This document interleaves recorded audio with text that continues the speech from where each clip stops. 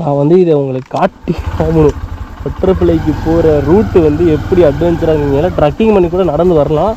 ஜீப்பில் கூட இப்போ போனாங்க. நான் வந்து சார்ஜ் ஏறட்டுமேன்னு சொல்லிவிட்டு உள்ளே கழட்டி வச்சிட்டேன். பாருங்கள் எப்பா எப்படி இருக்குதுன்னு பாருங்கள். பட்டர்ஃப்ளை பீச்சுக்கு போகிற ரூட்டு அற்புதமாக அருமையாக இருக்குது. ஐயோ தண்ணி பக்கம் வந்திருக்கக்கூடாது.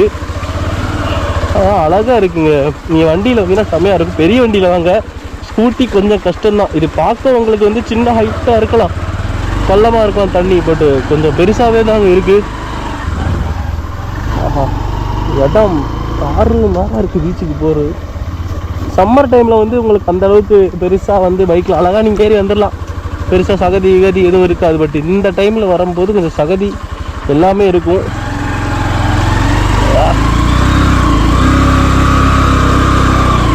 அதுவெல்லாம் கொஞ்சம் நல்லா வண்டி ஓட்ட தெரியணுங்க. அப்போ தான் இதில் வந்து பெருசாக ஓட்ட முடியும். இவங்களாம் லோக்கல்ஸ் தான். லோக்கல்ஸ் பிரச்சனை கிடையாது. நமக்கு பாட்டு ரூட்டு இப்போ வர்றது போகிறது எல்லாமே உங்களுக்கு தெரியும். அதனால் அவங்க அழகாக ஏறி வந்துடுவாங்க.